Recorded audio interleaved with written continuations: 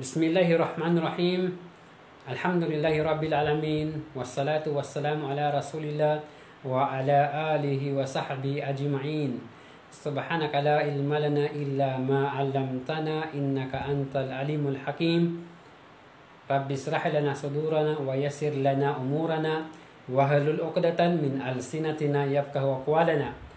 Amma ba'du. Assalamualaikum warahmatullahi wabarakatuh. Ahlan wa sahlan wa marhaban bikum. Ang lahat ng papuri at pasasalamat ay para lamang sa Allah Subhanahu wa Ta'ala. Nawa ang kapayapaan at ang pagpapala ng Allah Subhanahu wa Ta'ala ay mapasa ating mahal na propeta Muhammad sallallahu alaihi wasallam. Mga kapatid sa pananampalatayang Islam, ako po ang inyong lingkod, ang inyong kapatid, si Abdul Haq Kusa, na pansamantalang tagapagturo po ninyo sa lingwaheng Arabic dito po sa ating online school, Islam is the only way of life online school. So, bago pong lahat, tayo po ay magpapasalamat sa Allah Subhanahu wa Ta'ala sa mga sandaling ito.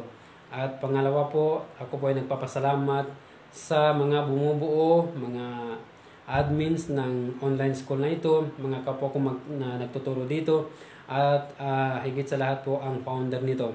Mga kapatid sa pananampalatayang Islam, sa lesson 1 po natin dito sa level 1 po ng Arabic language ay ang ating lesson po ay patungkol po sa Arabic alphabets. So magsisimula po tayo sa Arabic alphabets. So after the lesson po mga kapatid, siguro po maximum po kukunin po natin mga 20 minutes to 25 minutes po. So after nito mga kapatid ay matutunan po natin, mapag-aralan po natin kung ano ang mga Arabic alphabets at kung paano po natin ito bigkasin ng tama at matutunan din po natin kung paano ito isusulat ng tama. Okay? So tamang stroke po ng pagsusulat nito. So mga kapatid, ang ating lesson 1 po ngayon ay patungkol po sa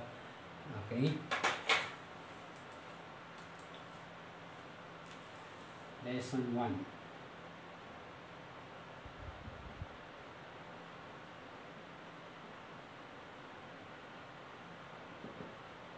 Okay.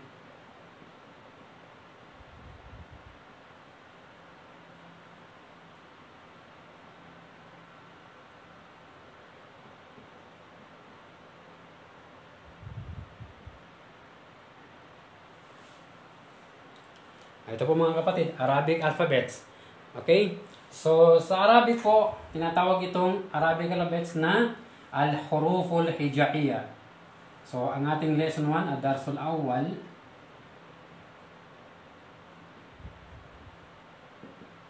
Okay? Al-Huruf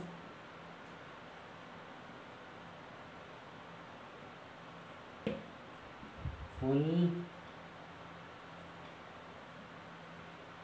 Hijah.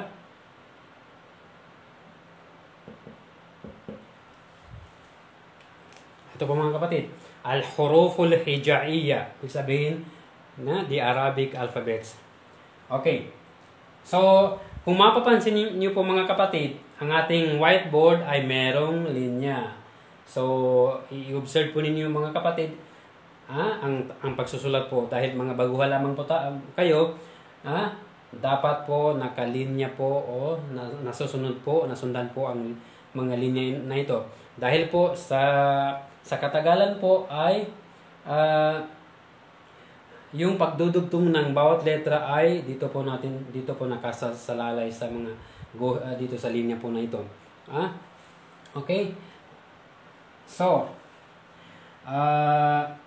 bagong lahat mga kapatid, ang Arabic alphabets po mga kapatid ay binubuo ng 28 letters. Okay.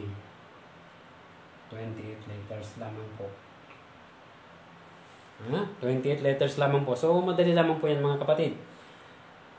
Ang pagsusulat po ng Arabic mga kapatid ay mula sa kanan, right to left. Okay, mula dito, papunta dito. Ang pagsusulat ng Arabic, cross, dito po sa horizontally, dito po sa linya papunta dito. Okay, hindi po pababa ang Arabic, pagsusulat ng Arabic. Okay? Mula sa kanan papunta dito.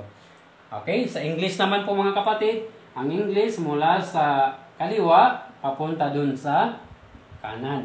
Okay? Left to right. Okay. So, ang Arabic po mula sa kanan pa kaliwa.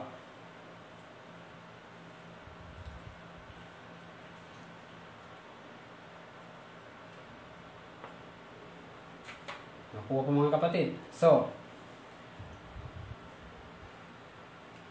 kunin po natin mga kapatid ha. Ang unang letra ng Arabic ay tinatawag na alif. Mula sa taas, pababa. Hanggang dito lamang po sa linya na to. Okay? Mula dito sa taas hanggang sa baba. Ito po ay tinatawag na alif. Okay? Alif. Siyang nauna eh. So, alif siya. Okay? Pangalawang letra, okay, kukunin natin ang tatlong letra dahil pareho sila ng hugis o shape. Okay? So, ito po, mula sa kanan. Okay, ganyan po.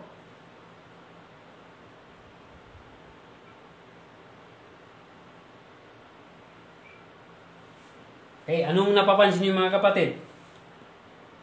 Okay, para silang bangka. So, itong tatlong letra na ito ay pamilya ng bangka. Okay, matatawag natin pamilya ng bangka dahil para silang bangka. Okay, so, para ma-differentiate natin ang pagkakaiba nila, dahil sa Arabic po, kapag pareho po ng hugis yan, okay, maglalagay tayo ng mga tuldok. So, dito sa pangalawa, dito sa una, okay, dito po ang kanyang tuldok na isa. Okay, isa lamang po. Isang tuldok. Dito sa pangalawa, dito sa gitna ay dalawa sa gitna. Dito naman sa pangatlo ay tatlong tuldok siya. Okay, dito isa, dito dalawa, ito tatlo. So, ang pangalan nito mga kapatid ay ba. Ba. Ito ay ta. Ta. Ito ay sa. Sa. Iipitin ninyo ang inyong dila at sabay pakawalan. Sa. Okay? Sa. Iipitin ang dila. Sa. Okay? Ulitin natin. Alif, ba, ta, sa. Okay, nakuha natin ang 4. So ngayon, dagdagan pa natin ng 2 dahil pareho ng hugis.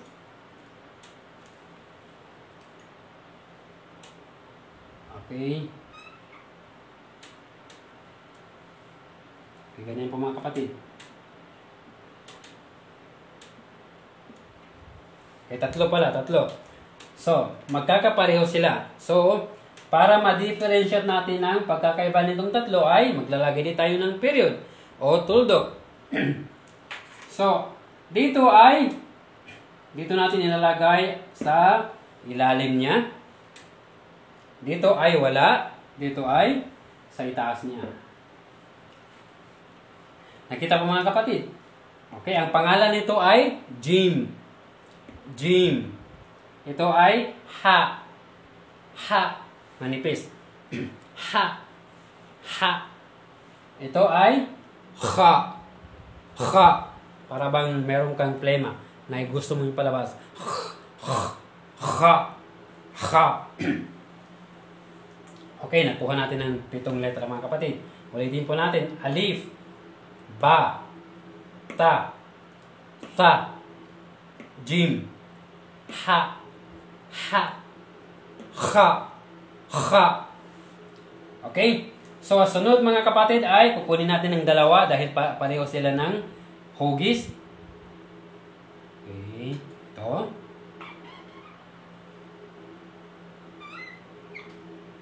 Pareho sila mga kapatid. Pero ang isa dito ay merong period sa taas. Meron siyang tuldok sa taas. Ang pangalan nito ay dal. Dal. Ito ay zal. Zal. Iipitin naman ng dila na flat lamang. Za. Zal. Zal. Okay? Ang sunod ay Dalawang letra din dahil pareho ng hugis. Okay, ganyan. So, mula sa gitna, pababa. Pababa siya ng linya na ito. Kanina, sa dal at saka dal ay hindi sila bumaba sa linya. Okay. Ang sunod na letra ay ganyan din. Pareho sila ng hugis. Pero, dito sa pangalawa ay mayroon siyang tuldok. So, ang pangalan nito mga kapatid ay Ra. Ra. R-A-A. Ra. Ito ay Zay. O Za. Zay. Okay? So, kukunin natin ng mga kapatid. Dalawang letra dahil pareho ng hugis. Sa, dalawa. Ganun po ang pagkagawa ng sin. Okay? Pangalawa. Sa, dalawa. So, pareho mga kapatid, di ba? So, ang pagkakaiba nito ay, itong pangalawa ay meron siyang tatlong tuldok. Ito wala. So, ang pangalan nito mga kapatid ay sin. Sin. Sin. Ito ay shin. Shin. Shin. Nakuha. Okay, ulitin natin. Sin. Shin. So, ilan na? 7, 11 na mga kapatid. 7, 8, 9, 10, 11, 13 na. Okay. Ulitin natin. Ito ay dal, zal, ra, zay, sin, shin. Ang sunod ay kukunin natin dalawa dahil pareho naman ang hugis niya. Okay, paano natin isusulat yan? Okay, ganyan. Okay, ganyan. Pangalawa. So, ito mga kapatid ay pareho ng shape. So, ang isa dito ay mayroon siyang tuldok. So, ito ay sad. Sad. Ito ay dad. Dad. Okay? Ulitin natin. Sad. Sad. Dad. Ang sunod ay kukunin natin dalawa dahil pareho ng shape. Okay, ganyan. Okay, di ba pareho? Parang small letter B. Pero ang isa sa kanila ay merong tuldok. So, ang pangalan nito ay To. To. To. Ito ay Va. Va. Va. Ano ang pagkakaiba nito dito sa dal? Ang dal ay flat lamang po. Dito sa va, va ay pabilog po ang ating dila. Va. Va. Ang sunod na letra, kukunin natin dalawa dahil pareho sila ng shape. Okay, ganito. Small letter C at saka big letter C. So, yan po. So, pareho, di ba? Pareho silang dalawa. So, ang isa dito ay merong period sa taas. Okay. Ang pangalan nito mga kapatid ay Ain. Ain. Ain. Maga parang glottally. Ain. Ain. Ang sunod ay Ogain. Ogain. Ogain. Ang sunod na letra ay tinatawag na Fa. Okay, ganito po ang Fa. Isang tuldok sa taas. Okay. Nag-iisa lang yan, mga kapatid. Fa. Ang sunod na letra ay Qaf. Okay, ang Qaf naman ay makapal. Okay? Ito, Qaf.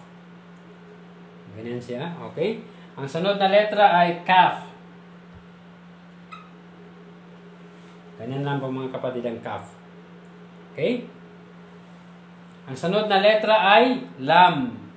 Lam. Parang, ito ay parang hook. Parang bingwit. O para siyang, tawag nito, tungkod. Okay? Sa taas. Then, pababa. Okay. Ito ay lam. Ang sunod na letra ay mim. Mim. So, paano natin sulat ang mim? Ganito po. Okay, baba.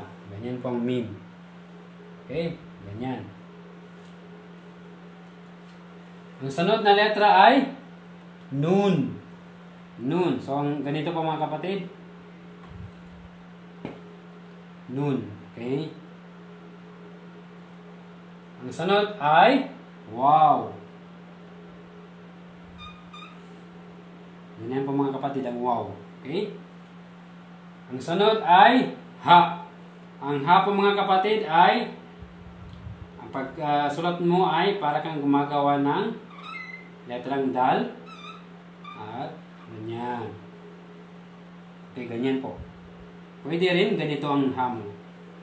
Parang maliit na zero. Oo. Okay? Ang sunod, ang pinakahuli mga kapatid ay ya. Ang ya ay dalawang titik sa ilalim na ganito ang itsura niya.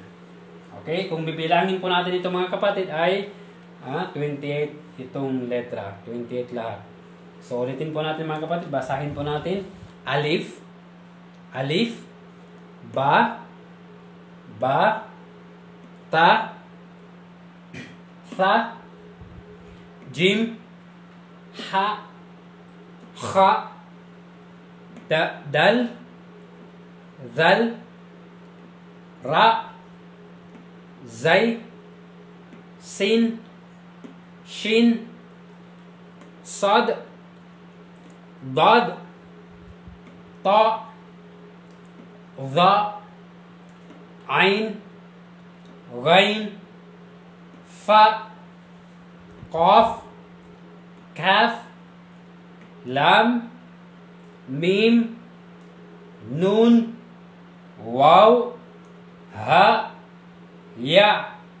So, alhamdulillah. Yun po mga kapatid ang 28 Arabic alphabets. So, sa sunod po nating lesson mga kapatid ay inshallah kukunin po natin ang paglalagay po ng mga haraka. Inshallah. So, hanggang dito na lang po mga kapatid. Assalamualaikum warahmatullahi wabarakatuh.